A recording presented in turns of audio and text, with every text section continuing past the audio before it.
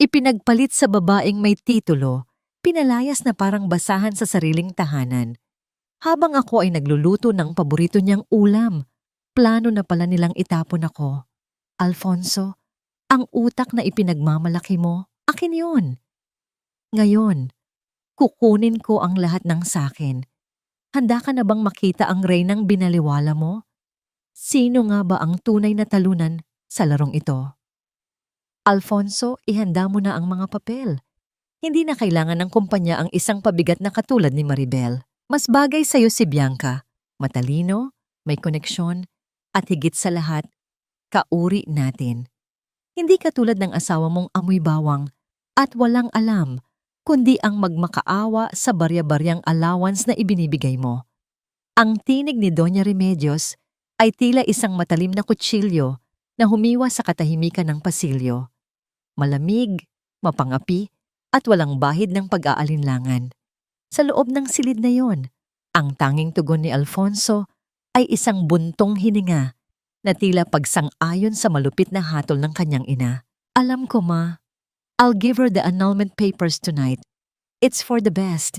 Hindi na siya fit sa mundo ko ngayon. Sa labas ng pinto, nakatayo si Maribel habang nanginginig ang kanyang mga kamay na may hawak na tray. Doon sa ibabaw ng porselana ay ang paboritong adobo ni Alfonso. Ang ulam na 3 oras niyang niluto. Binabantayan ang bawat kulo. Tinitiyak na ang lambot ng karne ay saktong-sakto sa panlasa ng asawa. Ang pawis sa kanyang noo ay hindi pa natutuyo at ang mantsa ng tuyo sa kanyang lumang apron ay saksi sa buong hapon niyang pagsisikap sa kusina. Sariwa pa sa kanyang isipan ang mga gabing hindi siya natutulog. Tinitiis ang pagod ng mga mata habang tinatapos ang mga financial reports at marketing strategies na ipinapasa ni Alfonso sa kumpanya bilang sarili nitong gawa. Siya ang aninong bumuo sa bawat tagumpay nito, ang utak sa likod ng bawat promotion na tinanggap ng asawa. Ngunit sa likod ng saradong pintong yon, ang lahat ng kanyang sakripisyo ay naging hamog na naglaho sa init ng kasakiman. Naramdaman ni Maribel ang biglaang paglamig ng kanyang mga dulo ng daliri. Ang bigat ng tray ay tila naging isang bundok na dumidiin sa kanyang dibdib. Unti-unting nawalan ng lakas ang kanyang mga bisig. At ang plato ng adobo ay dahan-dahang nadulas mula sa tray. Ang pagkain na inihanda niya ng may buong pagmamahal ay sumabog sa sahig. Ang sarsa ay humalik sa kanyang mga paa at ang mga piraso ng porselana ay kumalat na parang mga pangarap na nawasak sa isang iglap. Hindi siya nakasigaw. Ang kanyang lalamunan ay tila binarahan ng isang malaking bara ng yelo na nagmula sa kanyang pusong nagdurugo. Ang bawat tibok ng kanyang puso ay naging isang bingi at mabigat na tunog sa kanyang pandinig. Tumingin siya sa kanyang mga kamay. Ang mga kamay na humaplos kay Alfonso noong wala pa itong pangalan. Ang mga kamay na sumuporta sa bawat hakbang nito patungo sa itaas. Ngayon, ang mga kamay na yon ay tila hindi na kanya. Ang lahat ng kulay sa paligid niya ay naglaho, naging abo at itim. Ang halimuyak ng pagkain na kanina lamang ay nagbibigay sa kanya ng ligaya ay naging amoy ng isang malaking pagkukulang at kahihiyan. Tumayo siya roon, mag-isa sa gitna ng maruming sahig, habang ang tinig ng kanyang biyena na tasawa sa loob ng silid ay nagpatuloy sa pagpaplano ng kanyang pagkawala sa kanilang buhay. Ang bawat salita nila ay tila mga pako na ibinabaon sa kanyang pagkatao. Tinitiyak na wala nang matitirang puwang para sa kanyang dangal. Sa gitna ng kanyang pagkawasak, isang katanungan ang pabalit-balik na umalingaw-ngaw sa kanyang isipan. Tila isang sumpa na ayaw siyang tantanan. Kung ang lahat ng kanyang ibinigay, ang kanyang talino, ang kanyang panahon, at ang kanyang buong puso, ay hindi pa sapat upang kilalanin siya bilang isang tao. Ano pa ba ang natitira sa kanya, maliban sa sugat na ito, na dahan-dahang kumakain sa kanyang kaluluwa? Huwag mo nang dumiin ang mga daliri mo sa pagpupunas ng sahig, Maribel. Hindi na mababalik ng basahan ng dumi na idinala mo sa pangalan ng pamilyang ito mula nang pumasok ka rito. Ang boses ni Doña Remedios ay tila isang hagupit ng latigo habang nakatayo siya sa tapat ni Maribel. Ang kanyang mga mamahaling alahas ay kumikinang sa ilalim ng liwanag ng chandelier, kabaligtaran ng dumi at sarsa ng adobo na nakakalat sa paanan ni Maribel. Hindi man nang tiningnan ni Alfonso ang kanyang asawa na kasalukuyang nakaluhod. Pilit na pinupulot ang mga basag na piraso ng porselana sa kabila ng pag-agos ng dugo mula sa kanyang mga nasugatang daliri. Alfonso, ang mga papel, paalala ng matanda. Dahan-dahang inilapag ni Alfonso ang isang asul na folder sa ibabaw ng mesa, malapit sa kamay ni Maribel. Ang bawat pahina nito ay tila isang hatol ng kamatayan para sa 7 taon ng kanyang pananatili sa bahay na yon. Pumirma ka na, Maribel. I've already arranged for a car to take you to the terminal. You can take your personal things, pero ang lahat ng alahas at gamit na binili ko para sa'yo, may iwan dito. They are family properties. Napatigil ang kamay ni Maribel sa pagpupulot ng bubog. Naramdaman niya ang isang matalim na kirot, hindi mula sa sugat sa kanyang balat, kundi mula sa katotohanang ang lahat ng kanyang pagsisikap. Ang mga gabing siya ang nag-isip ng mga proyekto ni Alfonso. Ang pag-aalaga niya sa tahanang ito ay ituturing na lamang na pag-upa sa isang silid na kailanman ay hindi naging kanya. Ang bawat sulok ng mansyong ito ay puno ng kanyang mga alaala, ng kanyang pawis at ng kanyang pagtitiyaga. Ngunit sa isang iglap, siya ay naging isang estranghero na kailangang palayasin bago pa sumikat ang araw. Diyan ka magaling ang magpaawa. Pagpapatuloy ni Doña Remedios habang hinihimas ang kanyang mamahaling seda na damit. Utang mo sa amin ang buhay na tinatamasa mo ngayon. Kung hindi dahil sa anak ko na natili ka sanang isang hamak na empleyado sa probinsya, ngayon, dumating na ang totoong karapat-dapat para sa kanya. Bianca is a woman of substance. She belongs to our world. Ikaw, hanggang dito ka na lang. Tumayo si Maribel ng dahan-dahan. Ang kanyang mga tuhod ay nangangatog, ngunit ang kanyang likod ay pilit niyang itinuwid. Tiningnan niya si Alfonso sa mga mata, naghahanap ng kahit katiting na anino ng lalaking pinangakuan niyang mamahalin habang buhay. Ngunit ang nakita lamang niya ay isang estranghero na may malamig na tingin. Isang lalaking nakalimot na ang hagdanang ginamit niya patungo sa itaas ay binuo ng mga balikat ni Maribel. Hindi nagsalita si Maribel. Sa halip, dahan-dahan niyang kinuha ang folder.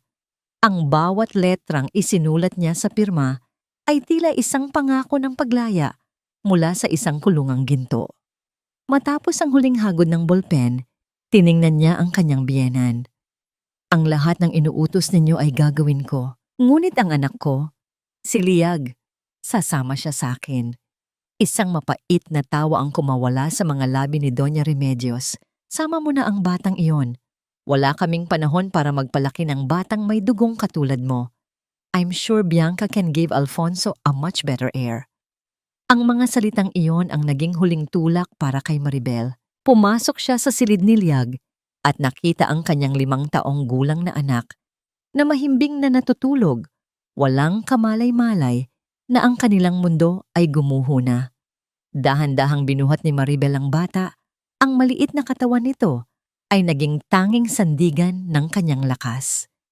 Sa isang maliit na bag, isinilid niya ang ilang piraso ng damit at ang lumang laptop na naglalaman ng lahat ng kanyang mga lihim na disenyo at plano. Sa huling pagkakataon, lumabas si Maribel sa malaking pintong bakal ng kanilang mansyon. Ang tunog ng pagkakandado ng gate sa kanyang likuran ay tila isang dagok na nagpabagsak sa kanyang huling pag-asa. Ang ulan ay nagsimulang pumatak, malamig at mapait. Habang nakatayo siya sa gilid ng kalsada, yakap-yakap ang natutulog na si Liag sa ilalim ng kanyang manipis na jacket. Wala siyang pera, wala siyang matutuluyan, at wala na ang pamilyang inakala niyang kanlungan niya. Ngunit habang tinitingnan niya ang dilim ng gabi, isang kakaibang apoy ang nagsimulang mag-alab sa kanyang mga mata. Sa gitna ng lamig at gutom, Isang sumpa ang binuo ng kanyang mga labi. Sa katahimikan, paano nga ba magagawa ng isang taong kinuhaan ng lahat na bumangon mula sa alabok kung ang tanging hawak niya ay isang lumang laptop at ang pusong puno ng sugat na ayaw pang humilom? Dito muna tayo, Liag. Huwag kang matakot, anak. Nandito si nanay. Hinding-hindi kita iiwan. Ang boses ni Maribel ay nanginginig, hindi lamang dahil sa lamig ng basang damit na dumidikit sa kanyang balat, kundi dahil sa bigat ng kawalang katiyakan. Ang maliit na silid na kanilang inuupahan sa dulo ng isang makipot na eskinita sa tondo ay amoy amag at luma. Ang dingding na gawa sa pinagtagpi-tagping plywood ay tila humihinga kasabay ng malakas na buhos ng ulan sa labas. Walang malambot na kama, walang aircon, at wala ang mga mamahaling pabango na dati ay bumabalot sa kanyang silid sa mansyon. Dito, ang tanging halimuyak ay ang pinaghalong amoy ng tuyong isda mula sa kapitbahay at ang alikabok ng nakaraan. Inilatag ni Maribel ang isang manipis na banig sa semento. Dahan-dahan niyang inihiga si Liag na kahit pagod mula sa mahabang paglalakbay sa bus, ay nagawa pa ring ngumiti ng mahina. Nay, bakit po tayo narito? Nasaan po si Daddy? Galit po ba siya sa atin? Ang tanong ng bata ay tila 1,000 karayom na tumusok sa puso ni Maribel. Hinaplos niya ang buhok ng anak, pilit na nilulunok ang pait na namumuo sa kanyang lalamunan. Hindi siya galit, Liag. Pagod lang si Daddy. Dito muna tayo maglalaro, ha? Parang adventure ito. Kinuha ni Maribel ang huling sachet ng instant noodles mula sa kanyang bag. Gamit ang isang maliit at kalawanging electric heater na ipinahiram ng may-ari ng paupahan, nagpakulo siya ng tubig. Ang bawat pag-ikot ng singaw ay tila nagpapaalala sa kanya ng mga piging na dati niyang inihahanda para sa mga business partner ni Alfonso. Ang mga steak na nagkakahalaga ng libu-libong piso, ang mga mamahaling bino, lahat ng yon ay parang isang panaginip na naging bangungot. Ngayon, ang isang mainit na tasa ng noodles, ang kanilang tanging salo-salo. Pinapanood ni Maribel ang kanyang anak na humihigop ng mainit na sabaw. Ang bawat lunok ni Liag ay nagbibigay sa kanya ng lakas na hindi niya inakalang taglay niya. Nang makatulog na muli ang bata, dahan-dahang binuksan ni Maribel ang kanyang lumang laptop. Ang liwanag ng screen ay tumama sa kanyang pagod na mukha. Nagpapakita ng mga folder na may pamagat na Project Summit, Legacy Designs at Confidential Strategies. Ito ang kanyang buhay. Ito ang mga gabi ng pagsusumikap na kinuha ni Alfonso at ipinagmalaki bilang sa kanya. Ang bawat graph, bawat projection, at bawat malikhaing ideya ay nakatago rito. Hinaplos ni Maribel ang keyboard, ang kanyang mga daliri ay tila nakikipag-usap sa mga titik. Naalala niya kung paano siya minaliit ni Doña Remedios, kung paanong ang kanyang talino ay itinuring na basura dahil lamang siya ay isang housewife. Hindi niyo ako lubos na kilala, bulong niya sa dilim. Ang kanyang boses ay puno ng determinasyon. Akala niyo ay kinuha niyo na ang lahat sa akin, pero nakalimutan niyo na ako ang arkitekto ng inyong tagumpay. At kung kaya ko kayong itayo, kaya ko rin kayong ibagsak. Isang flash drive ang isinaksak niya sa gilid ng laptop. Doon nakalagay ang mga ebidensya ng mga pagkakamali ni Alfonso sa mga nakaraang audit na siya mismo ang nag-ayos ng palihim upang hindi ito mapansin ng mga investor. Ngunit bago pa niya maida-download ang mga file, ang katahimikan ng gabi ay binalot ng isang mahina, ngunit paulit-ulit na tunog mula sa kanyang luma at basag na cellphone. Walang pangalan ang lumabas sa screen, isang serye lamang ng mga numero na tila pamilyar ngunit matagal nang nakalimutan. Nag-aalinlangan si Maribel. Sino ang tatawag sa kanya sa ganitong oras?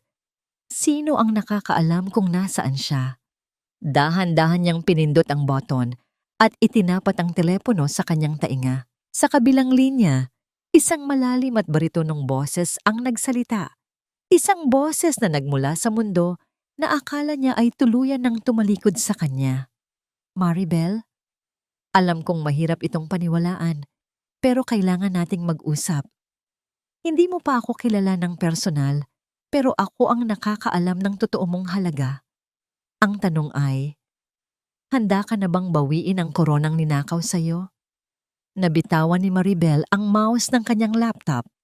Ang kanyang hininga ay tila tumigil. Ang boses na yon ay hindi kay Alfonso at lalong hindi sa sinumang tauhan ng kanyang biyenan.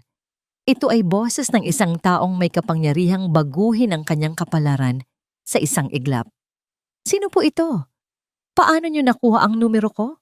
Ang tanong ni Maribel ay puno ng pag-aalinlangan habang ang kanyang isa pang kamay ay mahigpit na nakahawak sa laylayan ng kumot ni Liag. Ang kanyang puso ay tila isang tambol na mabilis ang pagtibok sa gitna ng katahimikan ng gabi. Ako si Fernando Torres ng Summit Holdings. Matagal na kitang pinagmamasdan, Maribel.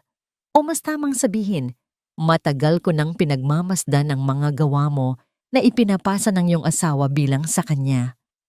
Ang tugon ng boses sa kabilang linya.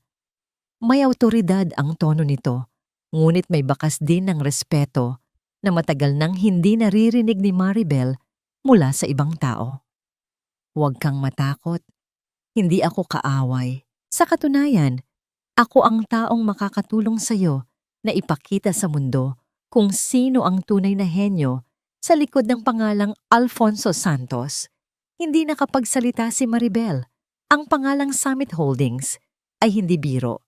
Ito ang pinakamalaking karibal ng kumpanya ni Alfonso, ang higanteng kumpanya na pangarap sakupin ng kanyang asawa at ng kanyang biyenan. Bakit niyo gagawin ito? Ano ang kailangan niyo sa akin?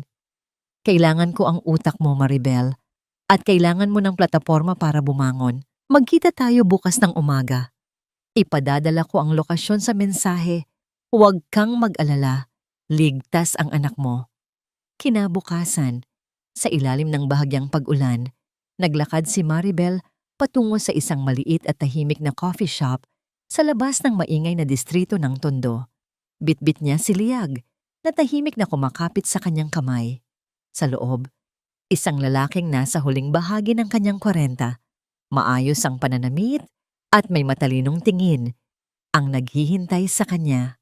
Siya si Sir Fernando. Nang maupo si Maribel, tila gusto niyang itago ang kanyang mga lumang sapatos sa ilalim ng mesa.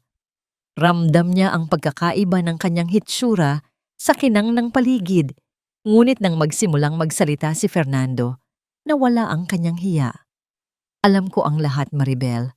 Mula sa mga financial projections na ginawa mo noong nakaraang taon hanggang sa marketing plan na nagpanalo kay Alfonso ng parangal. Alam kong hindi niya kaya ang mga iyon. May sadong pulido ang trabaho para sa isang taong katulad niya na puro yabang lang ang alam. Inilabas ni Fernando ang isang folder. Gusto kitang kunin bilang aking Chief Strategic Consultant, pero may isang kondisyon, mananatili kang lihim.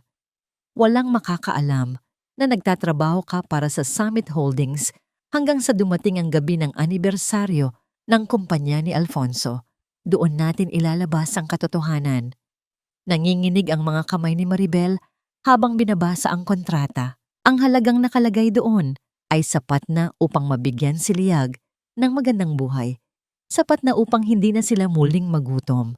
Pero higit sa pera, ang nakita ni Maribel ay ang pagkakataong mabawi ang kanyang dangal. Bakit niyo ako tinutulungan? Tanong ni Maribel. Ang kanyang mga mata ay nagsisimulang mangilid ng luha. Ngumiti ng bahagya si Fernando. Dahil sa mundong ito, ang talino ay hindi dapat ninanakaw. At dahil gusto kong makita ang mukha ni Alfonso Santos, kapag nalaman niyang ang taong itinapon niya ay ang taong wawasak sa kanyang imperyo. Sa gitna ng amoy ng bagong giling na kape at ang mahinang tugtog sa paligid, naramdaman ni Maribel ang isang kakaibang lakas na dahan-dahang bumabalot sa kanyang pagkatao. Hindi na siya ang basahang itinapon sa kalsada. Siya na ngayon ang nakatagong sandata na handang sumabog. Dahan-dahan niyang kinuha ang bolpen at pinirmahan ang kontrata. Ngunit bago pa siya makatayo, muling nagsalita si Fernando na may seryosong mukha. Maghanda ka, Maribel.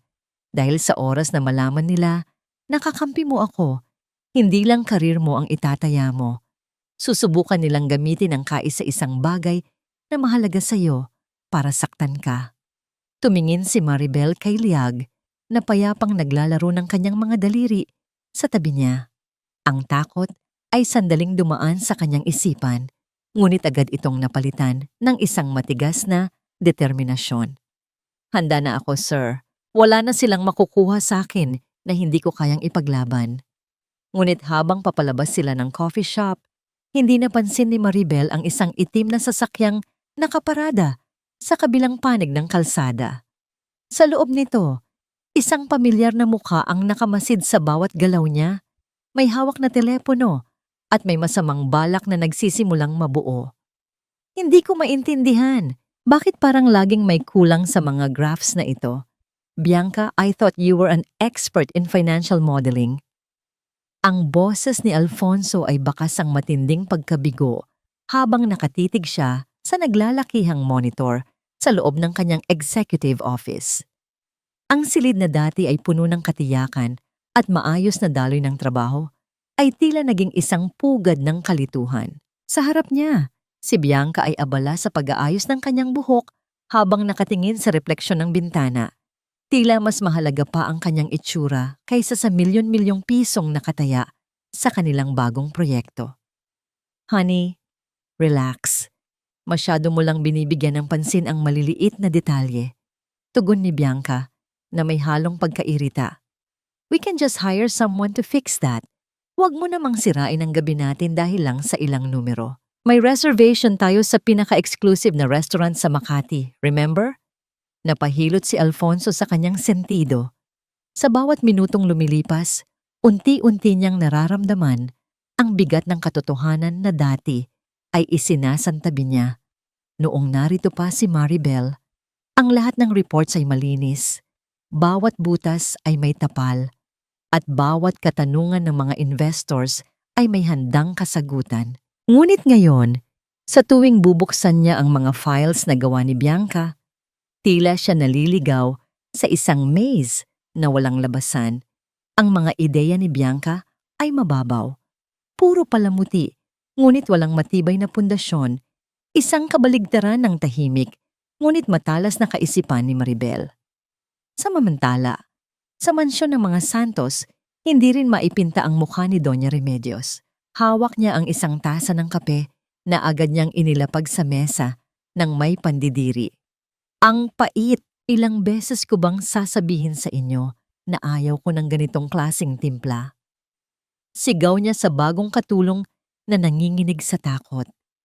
Tumingin ang matanda sa paligid ng bahay. Kahit na narito ang lahat ng mamahaling kagamitan, tila may nawalang sigla sa bawat sulok.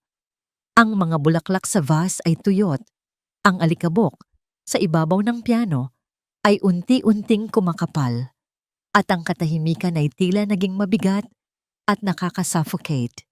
Noon, hindi niya kailangang magsalita. Alam ni Maribel ang bawat kumpas ng kanyang gusto mula sa tamang init ng tubig hanggang sa pagkakaayos ng mga kurtina. Ngunit dahil sa kanyang pride, pilit niyang kinukumbinsi ang sarili na ang lahat ng ito ay replaceable. Isang housewife lang siya. Bulong ni Doña Remedios sa kanyang sarili habang pilit na pinapakalma ang kanyang kalooban. Kahit sino ay kayang gawin ang ginagawa niya. Ngunit sa kaibuturan ng kanyang puso, nagsisimula ng gumapang ang kaba. Isang linggo na ang lumipas mula nang palayasin nila si Maribel. At sa loob ng isang linggong yon, ang reputasyon ng kanilang kumpanya sa stock market ay nagsimulang gumanit. Bumalik ang eksena sa opisina ni Alfonso nang biglang bumukas ang pinto at pumasok ang kanyang sekretary na namumutla ang mukha. Sir, may problema po tayo. Ang Summit Holdings.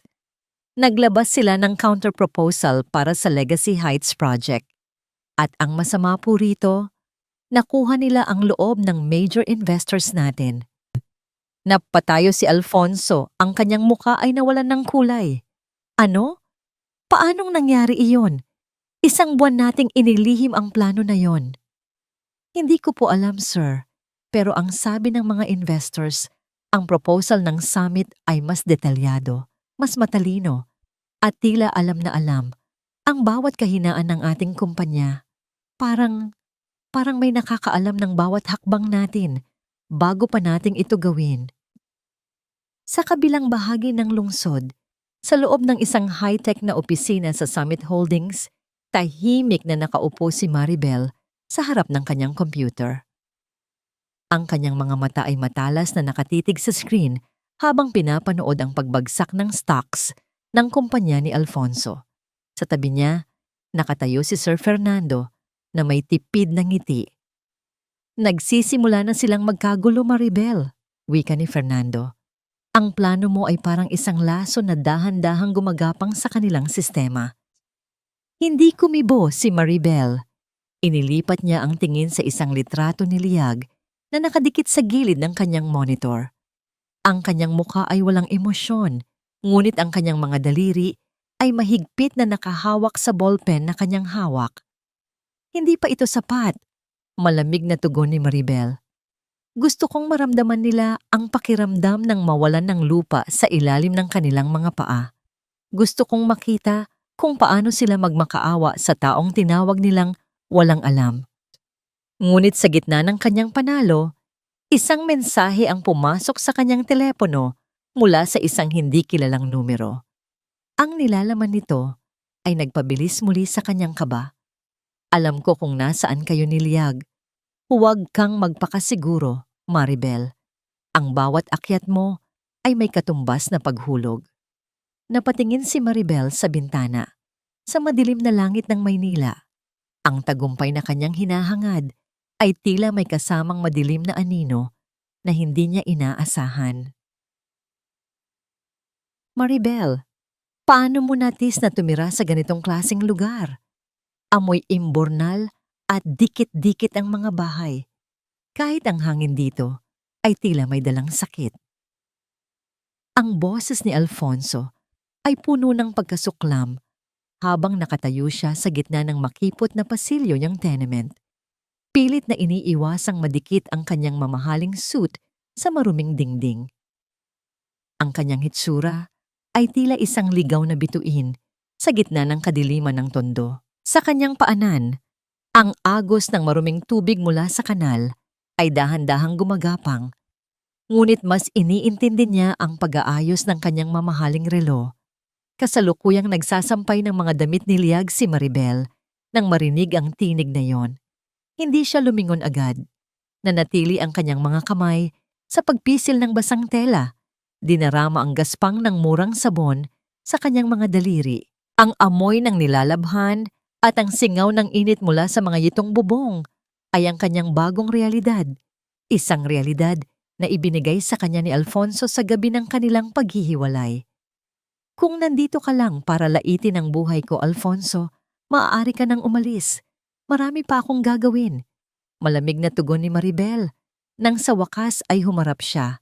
Wala na ang takot sa kanyang mga mata. Wala na ang pagmakaawa. Ang tanging naroon ay ang isang pader ng yelo na tila hindi na matitibag ng kahit anong init ng pagsisisi. Lumapit si Alfonso, sinubukang palambutin ang kanyang mukha. Hindi ako pumunta rito para makipag-away. Maribel, look. I know things have been hard, pero kailangan nating magtulungan.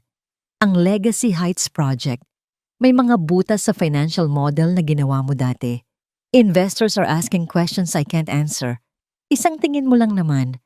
Alam ko namang kabisado mo ang proyektong yon. Isang mapait na ngiti ang sumilay sa mga labi ni Maribel. Matapos mo akong palayasin na parang aso? Matapos ninyong sabihin na wala akong alam, kundi ang magluto at maglaba? Ngayon ay babalik ka rito dahil hindi mo kayang itayo ang sarili mong pangalan nang wala ang utak ko? Maribel, please. Para rin ito kay Liag. Paggamit ni Alfonso sa huling alas na, alam niyang tatalab. Kung babagsak ang kumpanya, ano ang maibibigay ko sa anak natin? Ayaw mo namang lumaki siya rito sa gitna ng kahirapan. 'Di ba? Tulungan mo lang ako sa huling pagkakataon at dodoblehin ko ang allowance na ibinibigay ko. Dahan-dahang ibinaba ni Maribel ang batya. Ang tunog ng pagkakalapag nito sa semento ay tila isang hudyat ng pagtatapos ng usapan. Ang perang inaalok mo ay marumi, Alfonso, at ang talino ko, hindi na yan libre. Matagal ko nang ibinigay sa iyo ang lahat, pero itinapon mo lang. Ngayon, matuto kang tumayo sa sarili mong mga paa. O kung hindi, hayaan mong ang bago mong partner na si Bianca ang umayos niyan. Hindi ba't siya ang woman of substance na kailangan mo? Namula ang mukha ni Alfonso sa galit at hiyang nararamdaman. Huwag kang magmalinis, Maribel. Akala mo ba hindi ko alam? Nakita kitang kasama ang CEO ng Summit Holdings. Nakikipaglaro ka na ba sa kaaway ko? Iyan ba ang itinuturo mo sa anak natin? Ang makipagsabwatan sa mga taong gustong sumira sa akin? Hindi natinag si Maribel. Ang Summit Holdings ay nakakita ng halaga sa akin na kailanman ay hindi mo nakita. At tungkol sa pagsira sa iyo, hindi mo kailangan ng tulong ko. Ginagawa mo na yan ng mahusay sa sarili mo. Padabog na tumalikod si Alfonso, ang bawat hakbang niya ay puno ng puot. Ang tunog ng kanyang sapatos sa basang semento ay tila isang maling nota sa gitna ng ingay ng eskinita. Ngunit sa paglabas niya sa tenement, hindi niya napansin ang isang itim na SUV na nakaparada sa di kalayuan. Sa loob ng sasakyan, nakakuyom ang mga palad ni Bianca habang pinapanood ang tagpong iyon. Ang kanyang mga mata ay nagnininga sa selos at takot. Alam niyang kapag bumalik si Maribel sa buhay ni Alfonso, tapos na ang kanyang ambisyon. Hinding-hindi ka makakabalik, Maribel. Bulong ni Bianca sa sarili habang mariing pinipindot ang busina ng sasakyan na lumikha ng isang mahabang tunog na nanggigising sa katahimikan ng paligid. Kung kailangang dumanas ka ng mas matinding hirap para lumayo ka sa kanya, gagawin ko. Habang paalis ang sasakyan ni Bianca, naiwan si Maribel na nakatingin sa kawalan. Ang hangin ay dahan-dahang lumalamig at sa di kalayuan, narinig niya ang boses ni Liag na tinatawag siya. Ngunit sa likod ng kanyang tatag, naramdaman ni Maribel ang isang kakaibang pangitain. Ang pagbisita ni Alfonso ay hindi lamang isang pakiusap. Ito ay simula ng isang mas malaking bagyo na susubok sa kanyang bagong nahanap na kalayaan. Hindi mo na kailangang bumalik dito bukas, Maribel. Pasensya ka na, pero ayaw namin ng tutor na may ganitong klaseng issue sa pamilya. Nakakasira sa reputasyon ng aming learning center. Ang mga salitang yon mula sa manager ng maliit na tutorial center ay tila isang malamig na buhos ng tubig sa gitna ng pagod ni Maribel. Nakatayo siya sa harap ng mesa, hawak ang kanyang kupas na bag, habang ang kanyang mga daliri ay mariing nakakapit sa strap nito. Ito na ang pangatlong beses sa loob ng isang linggo na nawalan siya ng part-time job. Una ay sa laundry shop, sunod ay sa maliit na bakery, at ngayon dito. Alam ni Maribel na hindi ito aksidente. May mga aninong gumagalaw sa dilim, pilit na pinuputol ang bawat sanga na sinusubukan niyang kapitan upang mabuhay. Lumalabas siya ng center nang mapansin ang isang marangyang sasakyan na dahan-dahang umaalis sa kabilang kalsada. Kahit mabilis ang takbo nito, hindi maikakaila ang pamilyar ng ngiti ni Bianca sa likod ng bintana. Isang nangngiti ng tagumpay, isang nangngiti na nagsasabing kaya niyang bilhin ang bawat pintong susubukan niyang buksan. Naglakad si Maribel pauwi. Habang ang araw ay unti-unting lumulubog, nag-iiwan ng kulay kahel na tila sugat sa langit. Ang bawat hakbang niya ay mabigat. Iniisip niya ang gatas ni Liag, ang pambayad sa kuryente, at ang unti-unting nauubos na ipon mula sa sahod niya sa Summit Holdings na itinatabi niya para sa kinabukasan ng anak. Sa gitna ng kanyang paglalakad, naramdaman niyang may sumusunod sa kanya. Isang itim na kotse ang dahan-dahang bumabagtas sa gilid ng kalsada Tila isang mandaragit na naghihintay ng tamang pagkakataon. Huminto ang sasakyan sa kanyang tapat. Bumaba ang bintana at lumitaw ang mukha ng assistant ni Sir Fernando. Ma'am Maribel, pinapahatid po ni Sir Fernando ang mga dokumentong ito. At ang sabi niya, huwag daw po kayong mag-alala sa mga nangyayari sa labas. Kami na ang bahala sa mga langaw na umaaligid sa inyo. Isang malaking basket ng mga prutas at groceries ang iniabot nito sa kanya, kasama ang isang makapal na envelope na naglalaman ng kanyang bonus. Ang tahimik na proteksyon ni Fernando ay tila isang mainit na kumot sa gitna ng bagyong dala ni Bianca. Ngunit ang gaan ng loob na naramdaman ni Maribel ay agad na naglaho nang makarating siya sa pintuan ng kanilang tenement. Nakadikit sa lumang kahoy na pinto ang isang puting envelope na may selyo ng isang kilalang law firm. Ang law firm na pagmamay-ari ng mga kaibigan ni Doña Remedios. Nanginginig ang mga kamay ni Maribel habang binubuksan ang sulat. Ang bawat salitang nakalimbag doon ay tila mga patalim na unti-unting sumasaksak sa kanyang pagkatao. Isang petition for sole custody. Isinasaad sa sulat na dahil sa hindi matatag na kalagayan ng pamumuhay at kawalan ng sapat na kakayahang pinansyal ni Maribel. Hinihiling ng pamilya Santos na bawiin sa kanya si Liag. Inakusahan pa siya na inilalagay sa panganib ang bata dahil sa pagtira sa isang delikadong komunidad. Napaupo si Maribel sa sahig. Ang kanyang likod ay sumandal sa malamig na plywood ng dingding. Tumingin siya kay Liag na mahimbing na natutulog, yakap-yakap ang isang lumang manika. Ang takot na mawala ang kanyang anak ay mas matindi pa kaysa sa gutom o kahihiyan na dinanas niya noon. Ito ang pinakamasakit na suntok ni Doña Remedios at Alfonso, ang kunin ng kaisa-isang dahilan kung bakit siya bumabangon araw-araw. Ang katahimikan ng gabi ay binalot ng tunog ng mabilis na paghinga ni Maribel.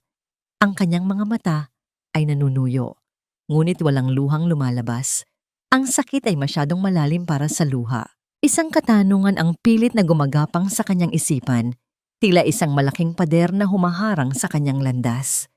Hanggang saan kaya ang kayang gawin ng isang ina para protektahan ang kanyang anak laban sa mga taong may ginto ngunit walang kaluluwa?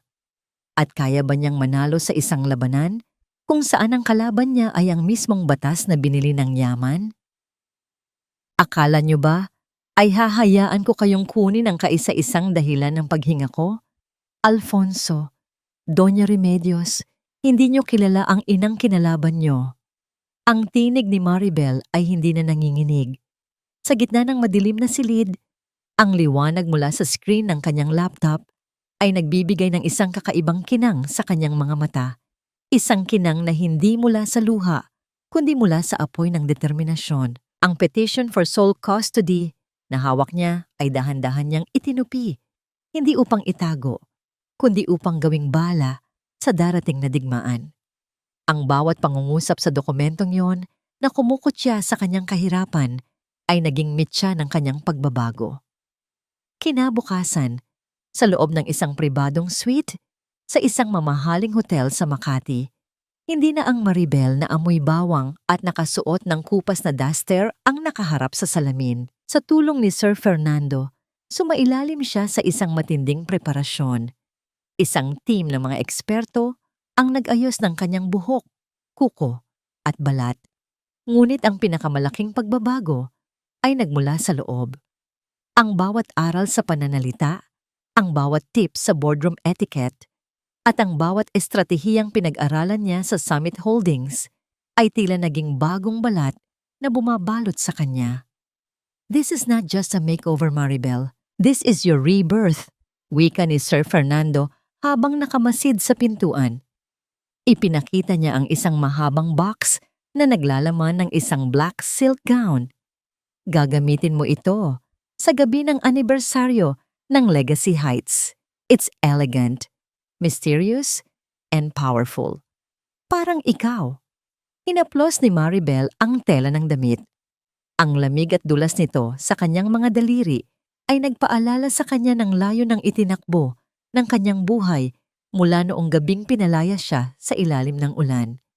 Handa na ako, sir. Handa na akong ipakita sa kanila na ang housewife na minaliit nila ay ang reynang wawasak sa kanilang kaharian. Bago ang gabi ng malaking kaganapan, umuwi muna si Maribel sa kanilang maliit na silid sa tondo upang magpaalam kay Liag na pansamantalang aalagaan ng isang pinagkakatiwalaang tauhan ni Fernando. Nang makita ng bata ang kanyang ina na nakasuot ng maayos na damit at may ibang aura, nanlaki ang mga mata nito. Nay, ang ganda niyo po. Para po kayong reyna sa mga kwento niyo sa akin. Bulong ni Liag habang hinahawakan ng pisngi ng ina. Kinuha ni Maribel ang maliit na kamay ng anak at hinalikan ito. Lahat ng ito ay para sa iyo, Liag. Gagawin ni nanay ang lahat para hindi na tayo muling paghiwalayin ng kahit na sino. Pangako iyan. Ang sandaling iyon, sa gitna ng init ng tenement at ingay ng paligid, ay naging isang gintong alaala na nagpatibay sa kanyang loob. Bumalik si Maribel sa hotel at kinuha ang gintong sobre na nasa ibabaw ng mesa. Ito ang opisyal na invitation card para sa ika-10 anniversary gala ng Legacy Heights.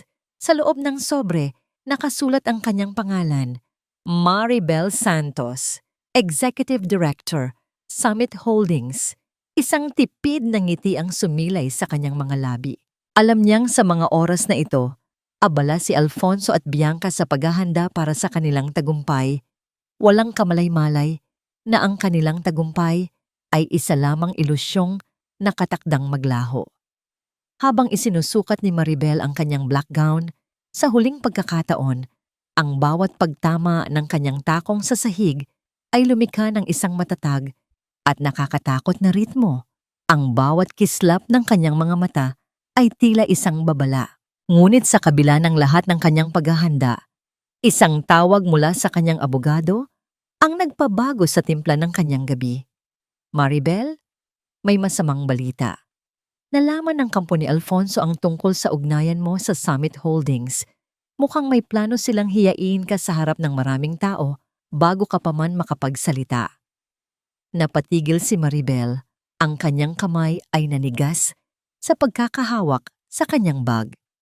Ang tensyon sa silid ay tila naging kuryenteng dumadaloy sa kanyang katawan. Ang digmaang inaasahan niyang magaganap sa entablado ay tila nagsimula na sa likod ng tabing. Hayaan mo silang sumubok, tugon ni Maribel. Ang kanyang boses ay tila isang malamig na hanging umiihip sa disyerto. Mas masarap ang tagumpay kapag akala ng kaaway ay sila ang panalo. Tonight is not just about a celebration, Alfonso. It's about showing everyone that you are the king of this industry and I am the queen by your side. Wala na ang mga aninong humihila sa iyo pababa. Ang boses ni Bianca ay puno ng tamis at lason habang inaayos niya ang kurbata ni Alfonso sa gitna ng naglalakihang mga salamin ng Grand Ballroom. Ang bawat sulok ng silid ay kumikinang sa liwanag ng mga kristal na chandelier at ang halimuyak ng libu-libong sariwang bulaklak ay humahalo sa amoy ng mga mamahaling alak. Ito ang gabi na pinakahihintay ng mga Santos. Ang ika-10 anibersaryo ng Legacy Heights, ang patunay ng kanilang kapangyarihan.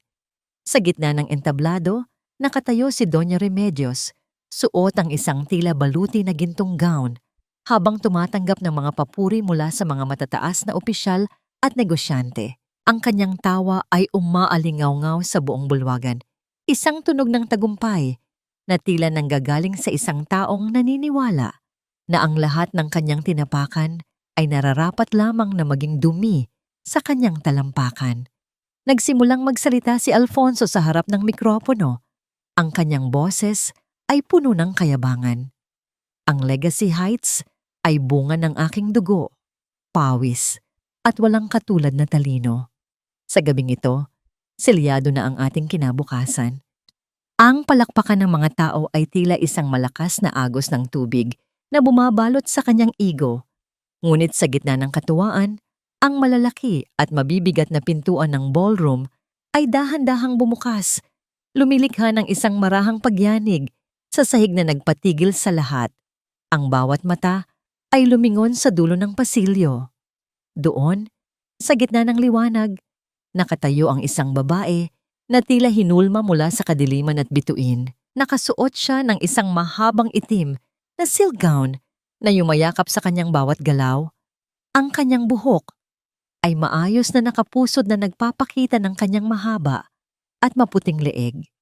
Ang kanyang mukha ay hindi mababakas ng kahit anong emosyon, ngunit ang kanyang mga mata ay may talim na mas matindi pa sa anumang hiyas sa loob ng silid. Hindi ito ang Maribel na kilala nila. Wala na ang babaeng amoy kusina. Wala na ang balikat na laging nakayuko dahil sa bigat ng panlalait. Ang bawat hakbang niya sa ibabaw ng pulang carpet ay lumilikha ng isang matatag at dominanteng ritmo. Tila bawat bagsak ng kanyang takong ay isang pag-angkin sa lupang kanyang nilalakaran. Ang katahimikan ay naging napakabigat. Tila ba pati ang hangin ay tumigil sa pag-ikot upang bigyang daan ang kanyang presensya. Sino siya? Isang reyna ba yan? Ang mga bulong ay kumalat na parang apoy sa tuyong damo. Nanigas si Alfonso sa gitna ng entablado.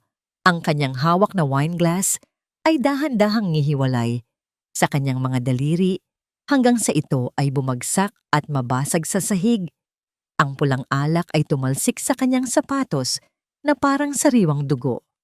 Ang kanyang lalamunan ay natuyo at ang tanging salitang nais lumabas ay tila binarahan ng matinding takot at pagkamangha. Huminto si Maribel sa tapat ni Alfonso. Ang distansya nila ay puno ng mga alaala ng 7 taong pang-aapi at 1 buwan ng muling pagkabuhay. Tumingin siya sa kanyang dating asawa, hindi bilang isang biktima, kundi bilang isang hukom. Isang tipid na ngiti ang sumilay sa kanyang mga labi. Isang ngiti na hindi abot sa mga mata. Isang ngiti na nagdadala ng babala ng isang darating na pagkawasak. Masyadong maaga ang selebrasyon niyo, Alfonso. Ang boses ni Maribel ay mahina. Ngunit umaling-awngaw sa buong bulwagan dahil sa katahimikan ng lahat. Hindi ba't itinuro ko sa iyo na huwag magbubukas ng champagne hanggat hindi mo pahawak ang huling kontrata? Kasabay nito, pumasok si Sir Fernando ng Summit Holdings at tumayo sa tabi ni Maribel. Inilagay ang kanyang kamay sa balikat ng babae sa isang paraan na nagpapakita ng matinding respeto at proteksyon. Ladies and gentlemen, pahayag ni Fernando sa lahat ng panauhin, I would like to introduce to you the newest member of our board of directors and the genius behind our latest acquisition strategy, Miss Maribel Santos. Ang mukha ni Doña Remedios ay nawalan ng kulay. Tila ba ang lahat ng ginto sa kanyang katawan ay naging mabigat na tingga na hihila sa kanya pababa. Ang katahimikan ay muling binalot ng isang tanong na walang sinuman sa pamilya Santos ang handang sagutin. Paanong ang babaeng itinapon nila sa lansangan ay siya na ngayong may hawak ng kanilang tadhana? Walang hiya ka. Paano mo nagawang bastusin ang selebrasyong ito? Isang hamak na housewife na katulad mo, nagpapanggap na direktor? Ang tinig ni Doña Remedios ay nanginginig sa matinding galit habang mabilis siyang lumalapit kay Maribel. Ang bawat hakbang niya ay tila pagtatangka na bawiin ang awtoridad na dahan-dahang nadudulas sa kanyang mga kamay. Ngunit sa pagkakataong ito, hindi yumuko si Maribel. Hindi siya umurong. Nanatili siyang nakatayo.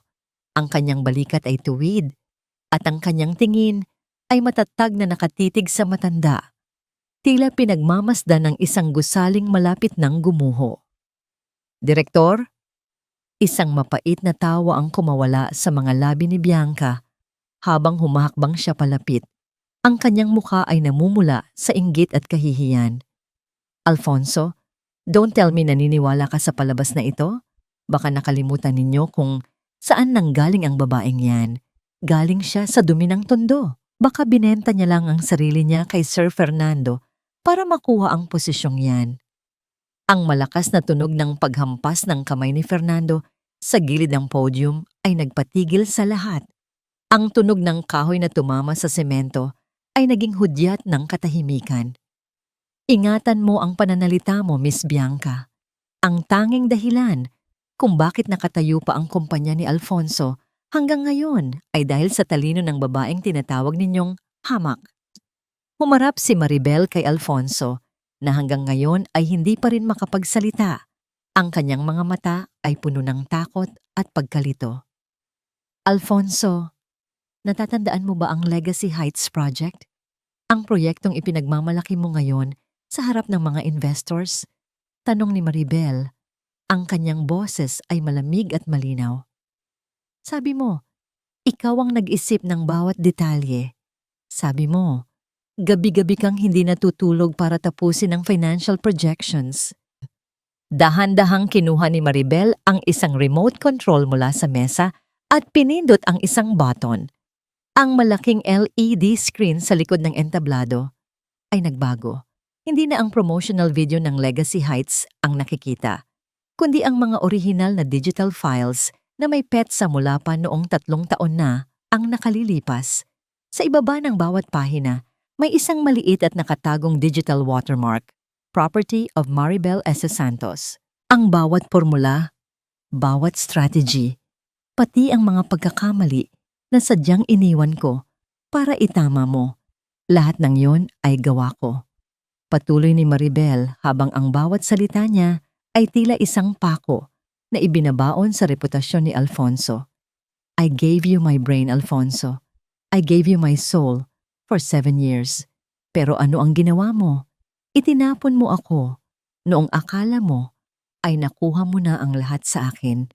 Narinig ang bulong-bulungan ng mga investor sa paligid.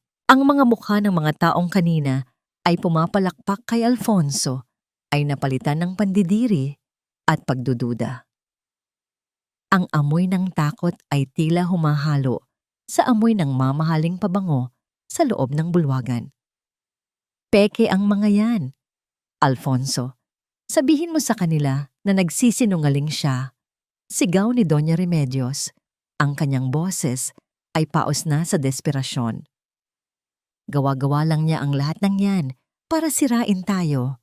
Ngunit hindi makapagsalita si Alfonso. Ang kanyang mga kamay ay nanginginig. At ang pawis ay dahan-dahang umaagos sa kanyang noo. Alam niya ang katotohanan. Alam niya na ang bawat slide na ipinapakita sa screen ay ang mga file na palihim niyang kinuha sa laptop ni Maribel bago niya ito palayasin. And now, for the final revelation, muling nagsalita si Fernando. Summit Holdings has officially acquired the major debts of Legacy Heights. Simula sa gabing ito, Miss Maribel Santos will decide the future of your family's legacy. Siya na ang may-ari ng bawat pangarap na akala nyo ay sa inyo. Sa gitna ng kaguluhan, nawalan ng kontrol si Bianca. Akma niyang sasabunutan si Maribel habang sumisigaw ng mga masasakit na salita.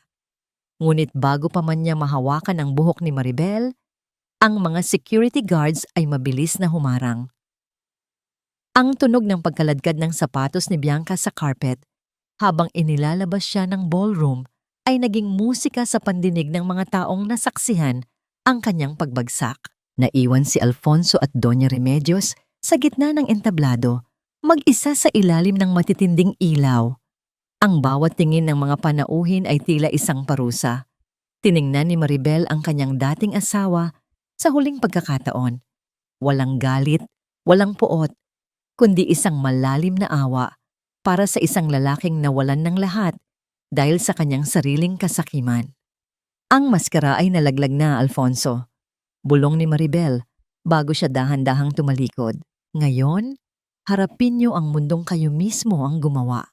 Ngunit habang naglalakad palayo si Maribel, isang malakas na tunog ng pagbagsak ng katawan sa sahig ang narinig. Si Doña Remedios ay nawalan ng malay, habang si Alfonso ay nakatayo lamang doon, tulala at walang magawa. Ang kanilang imperyo ay gumuho na at ang tanging natira ay ang malamig na katotohanan ng kanilang pagkatalo. Napakabigat ng katahimikan sa loob ng mansyong dati ay puno ng yabang at malakas na tawanan. Ang mga chandelier na dati ay nagpapakislap sa bawat sulok ng bahay ay tila nawalan ng ningning at ang hangin ay amoy alikabok at pagkatalo. Wala na ang mga unipormadong katulong, wala na ang mga mamahaling sasakyan sa garahe, at wala na ang mga bisitang nakikipagplastikan para lamang sa pera. Nakatitig si Alfonso sa isang puting sobre na nasa ibabaw ng kanyang lamesa. Ito ang pinal na abiso ng foreclosure para sa kanilang mansyon. Sa loob lamang ng ilang linggo, ang kanyang imperyo ay gumuho na parang kastilyong buhangin na hinampas ng malakas na alon. Ang bawat bank account na inakala niyang ligtas ay nakuha na ng Summit Holdings bilang pambayad sa kanyang naglalakihang utang. Alfonso, asan si Bianca? Bakit hindi siya sumasagot sa mga tawag ko? Ang boses ni Doña Remedios ay paos at puno ng takot habang papasok siya sa silid. Wala na ang kanyang ayos na buhok at ang kanyang mukha ay tila tumanda ng 10 taon sa loob lamang ng ilang araw. Ang kanyang mga kamay ay nanginginig habang hawak ang isang pirasong papel. Lumingon si Alfonso, ang kanyang mga mata ay walang buhay. Umalis na siya, Ma. Kinuha niya ang huling laman ng aming joint account at lumipad na patungong Singapore kasama ang bago niyang boyfriend. Hindi niya tayo tinulungan. Ginamit lang niya ako para makakuha ng impormasyon sa industriya. O isang mahinang tunog ng pagbagsak ng katawan sa sofa ang narinig mula kay Doña Remedios. Ang kanyang hininga ay naging mabilis at mababaw. Ang babaeng yon. Ang babaeng sinabi mong mas karapat-dapat sa'yo. Itinapon tayo na parang basura. Sa gitna ng kanilang pagtatalo, ang malaking pintong kahoy ng mansyon ay dahan-dahang bumukas. Ang tunog ng pagpihit ng doorknob ay tila isang hudyat ng muling pagdating ng katotohanan. Pumasok si Maribel, kasunod ang kanyang abogado at 2 tauhan mula sa bangko. Hindi siya nakasuot ng gown, kundi isang simpleng business suit na nagpapakita ng kanyang profesionalismo at kapangyarihan. Dahan-dahang lumapit si Doña Remedios sa kanyang dating mena. Ang kanyang mga tuhod ay halos sumayad na sa sahig. Maribel, anak, baka naman pwedeng pag-usapan natin ito. Pamilya pa rin tayo, di ba? Isipin mo si Liag, ayaw mo namang mawalan ng ancestral home ang anak mo, di ba? Tumingin si Maribel sa kanyang biyenan at sa isang sandali, naalala niya ang bawat gabing nilait siya nito, bawat pagkakataong tinawag siyang walang pakinabang. Ang pamilyang sinasabi niyo ay namatay na noong gabing pinalayas niyo ako sa ilalim ng ulan, Doña Remedios. At ang bahay na ito? Hindi ito ang tahanan ni Liag. Ang tahanan ay kung saan may pagmamahal at respeto. 2 bagay na kailanman ay hindi niyo ibinigay. Lumapit din si Alfonso, ang kanyang muka ay puno ng pagsisisi na huli na para sa lahat.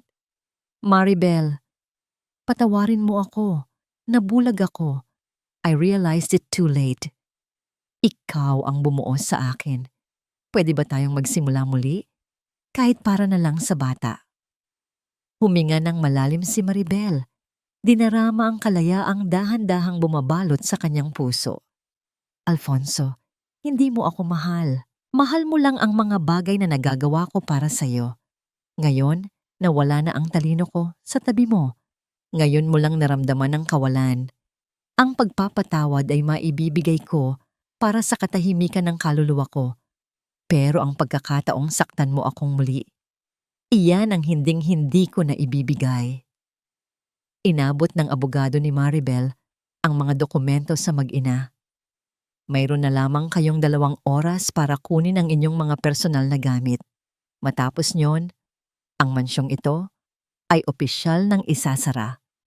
Ang tunog ng pag-iyak ni Doña Remedios ay umalingaw-ngaw sa malaking hall, isang tunog ng pagsisisi na walang patutunguhan. Tinalikuran sila ni Maribel at dahan-dahang lumakad patungo sa pinto.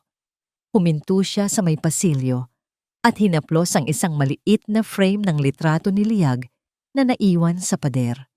Kinuha niya ito at isinilid sa kanyang bag. Tumingin siya sa kabuuan ng mansyon sa huling pagkakataon. Luma na ang mga kurtina niyo, Doña Remedios, at masyadong madilim ang bahay na ito para sa amin ni Liag. Bulong niya bago tuluyang lumabas. Ang tunog ng pagsasara ng malaking pinto sa kanyang likuran ay tila isang pinal na tuldok sa isang madilim na kabanata ng kanyang buhay. Sa labas, ang araw ay maliwanag na sumisikat. Tila binabati siya ng isang bagong umaga na wala nang dalang takot. Ngunit habang papasok siya sa kanyang sasakyan, isang huling tanong ang pumasok sa kanyang isipan. Ang katarungan ba ay sapat na upang burahin ang 7 taon ng sakit? O ang tunay na kapayapaan ay magmumula lamang kapag hindi na niya kailangang lingunin ang nakaraan? Ang bawat hampas ng alon sa pampang ng Manila Bay ay tila isang marahang bulong ng pagpapakalma sa bawat bagyong nagdaan sa aking buhay. Napakaganda ng paglubog ng araw, Liyag. Tila ba ang langit ay humihingi ng tawad sa lahat ng dilim na ibinigay nito sa atin noon? Ang boses ni Maribel ay malumanay, kasing lamig ng hanging umiihip mula sa dagat habang nakatayo siya sa gilid ng baywalk. Ang kanyang mga kamay ay mahigpit na nakahawak sa maliit na kamay ni Liag, na ngayon ay masiglang tumitingin sa mga kulay kahel at lila na naglalaro sa abot tanaw. Wala na ang mabigat na pasanin sa kanyang mga balikat. Wala na ang bawat pait na tila lason na sumisira sa kanyang bawat paghinga. Ang bawat buntong hininga niya ngayon ay amoy kalayaan, isang kalayaang binayaran niya ng 7 taon ng pagtitiis at 1 buwan ng matinding pakikipaglaban. Dahan-dahang kinuha ni Maribel ang kanyang cellphone mula sa bulsa ng kanyang suot na cardigan nang makaramdam siya ng isang mahinang pagyanig nito. Isang mensahe mula sa kanyang abogado ang bumungad sa kanya. Official na ang lahat, Maribel. Alfonso has signed the full custody papers without any conditions. Hindi na siya lalaban. Malaya ka na sa lahat ng koneksyon sa kanila. Isang tipid na ngiti ang sumilay sa kanyang mga labi. Isang nangiting hindi para sa tagumpay ng paghihiganti, kundi para sa katahimikan ng kanyang pagkatao.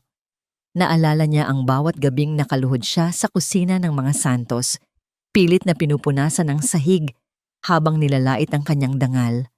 Naalala niya ang amoy ng adobo na naging amoy ng kanyang pagkawasak. Ngunit ngayon, ang lahat ng iyon ay tila mga anino na lamang sa malayo. Mga alaala na wala ng kapangyarihang saktan siya. Ang talino na dati ay ginagamit para itayo ang ibang tao ay siya na ngayong sandigan ng kanyang sariling tagumpay sa Summit Holdings. Nay, tignan niyo po, ang laki ng barko sa malayo. Ang masayang sigaw ni Liag, ang nagpabalik sa kanyang diwa sa kasalukuyan. Ang tunog ng tawa ng bata ay tila isang banal na musika na nagpapagaling sa bawat sugat ng kanyang kaluluwa. Binuhat niya ang anak at hinalikan ito sa noo. Dinarama ang init ng balat nito na tanging kayamanan na hinding-hindi na mananakaw sa kanya ng kahit na anong ginto o kapangyarihan. Hindi naging madali ang pagbangon. May mga gabi pa ring nagigising siya na tila naririnig ang boses ni Doña Remedios na sumisigaw o ang malamig na tingin ni Alfonso na tumutusok sa kanyang likod. Ngunit sa bawat umagang nagigising siyang katabi ang kanyang anak sa isang tahanang puno ng respeto, unti-unting napapalitan ng takot ng pag-asa. Natutunan niyang ang pagpapatawad ay hindi nangangahulugang pagbabalik sa dati, kundi ang pagpili na huwag nang hayaan ang nakaraan, na diktahan ng kanyang bukas. Sa di kalayuan, nakita niya ang silweta ng mga taong naglalakad, may mga pamilyang masayang nagtatawanan at mga magkasintahang magkahawak kamay. Dati, naiinggit siya sa kanila, ngunit ngayon, alam na niya ang kanyang halaga. Siya si Maribel, ang arkitekto ng kanyang sariling kapalaran, ang reynang bumangon mula sa alabok ng walang tulong ng sinumang hari. Habang dahan-dahang nilalamon ng dilim ang liwanag ng araw, ang bawat bituin sa langit ay tila nagsisimulang magpakita, tila mga saksi sa kanyang panibagong simula. Ang tunog ng mga sasakyang dumadaan sa Roxas Boulevard ay tila naging isang background music sa kanyang bagong buhay. Maingay, magulo, ngunit puno ng buhay at pagkakataon. Handa ka na bang umuwi, Liag? Magluluto si nanay ng paborito mong ulam, wika ni Maribel, habang dahan-dahang naglalakad patungo sa kanyang sasakyan. Opo, Nay. Pero sana po, hindi na amoy bawang ang buong bahay natin gaya ng dati. Biro ng bata na nagpatawa ng malakas kay Maribel. Ang kanilang pag-alis mula sa Baywalk ay tila isang formal na pagtalikod sa huling pahina ng isang madilim na kabanata. Sa likod ng bintana ng sasakyan, pinanood ni Maribel ang paglaho ng anino ng Manila Bay, habang ang bawat ilaw ng lungsod ay tila nagsasabing ang lahat ay magiging maayos din. Ngunit sa kabila ng kapayapaang ito, nananatili ang isang tanong sa kanyang puso. Matapos ang lahat ng digmaan, handa na ba siyang buksan muli ang kanyang puso para sa isang bagong pag-ibig, o sapat na ang pagmamahal na ibinibigay niya sa kanyang sarili at sa kanyang anak? Tila isang malayo at malabong panaginip na lamang ang lahat ng hapdi at luhang dumaan sa buhay ni Maribel. Sa loob ng kanyang bagong tahanan, isang simpleng ngunit modernong apartment na puno ng liwanag at sariwang hangin, ang bawat sulok ay saksi sa kanyang tagumpay na hindi na kailangang ipagsigawan. Wala na ang mabigat na presensya ng mga chandelier na tila laging nakamasid sa bawat pagkakamali niya. Ngayon, ang tanging nagbibigay ng kinang sa kanyang paligid ay ang mga frame ng litrato nila ni Liag at ang mga parangal na natanggap niya bilang isa sa mga pinakamaimpluwensyang leader sa mundo ng negosyo. Nakatayo si Maribel sa kanyang sariling kusina, dahan-dahang hinahalo ang niluluto niyang adobo. Ang amoy ng tuyo, suka at bawang ay hindi na nagpapaalala sa kanya ng pagsusumamo at panlalait. Ngayon, ang bawat sangkap ay tila naging bahagi ng kanyang sariling kasaysayan. May asim ng pagsubok, alat ng luha, at tamis ng tagumpay. Niluluto niya ito hindi dahil sa utos ng sinuman, kundi dahil gusto niyang ipagdiwang ang kanyang pagkatao kasama ang kanyang anak. Nay, ang bango naman yan. It smells like our best day ever. Masayang wika ni Liag habang papasok sa kusina. Bit-bit ang kanyang mga gamit sa eskwela. Yumakap ang bata sa kanyang baywang, isang yakap na nagpaparamdam kay Maribel na ang lahat ng pagod ay may katapat na langit. Hindi na po ba tayo babalik sa lumang house ni Daddy? I heard they are living in a small place now. Napatigil ng sandali si Maribel. Ang kanyang sandok ay dahan-dahang binitawan sa gilid ng kawali. Nabalitaan niya ang kinahinatnan ni Alfonso at Doña Remedios. Ang mansyon ay naibenta na sa iba at si Alfonso ay kasalukuyang nagtatrabaho bilang isang hamak na clerk sa isang maliit na kumpanya sa probinsya, habang ang matanda ay madalas nang magkasakit dahil sa hirap at pangungulila. Ang karma ay tila isang tahimik na aninong sumunod sa kanila hanggang sa dulo. Hindi naliyag, malumanay na tugon ni Maribel. Ang lugar na yon ay bahagi na lamang ng ating nakaraan. Pinatawad ko na sila, anak. Hindi dahil karapat-dapat sila sa kapatawaran, kundi dahil karapat-dapat ang puso ko sa katahimikan. Wala na silang kapangyarihan sa atin ngayon. Hinaplos ni Maribel ang buhok ng anak at tiningnan ang kanyang sariling refleksyon sa bintana. Ang babaeng nakikita niya ngayon ay hindi na ang arkitektong nagtatago sa anino ng kanyang asawa.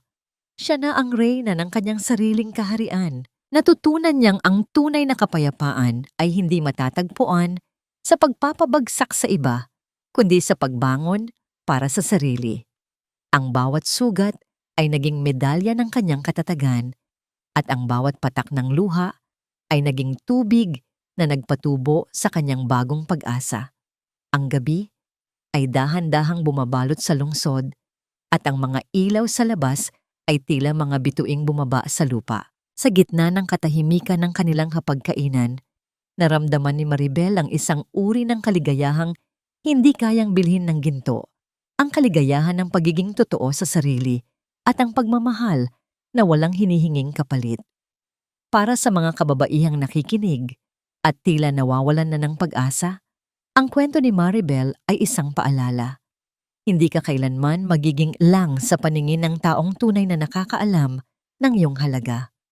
Ang iyong talino ay iyong sandata at ang iyong puso ay iyong kompas. Maaring itapon ka ng mundo sa ilalim ng ulan, pero tandaan mo na ikaw ang may kakayahang bumuo ng sarili mong bahaghari. Sa huling pagkakataon, pinatay ni Maribel ang apoy sa kalan at inihatid ang pagkain sa mesa. Ang usok mula sa mainit na ulam ay dahan-dahang paitaas, tila isang panalangin ng pasasalamat na sa wakas ay natapos na ang digmaan at ang tanging natitira ay ang pag-ibig na nagmula sa kanyang sariling muling pagkabuhay.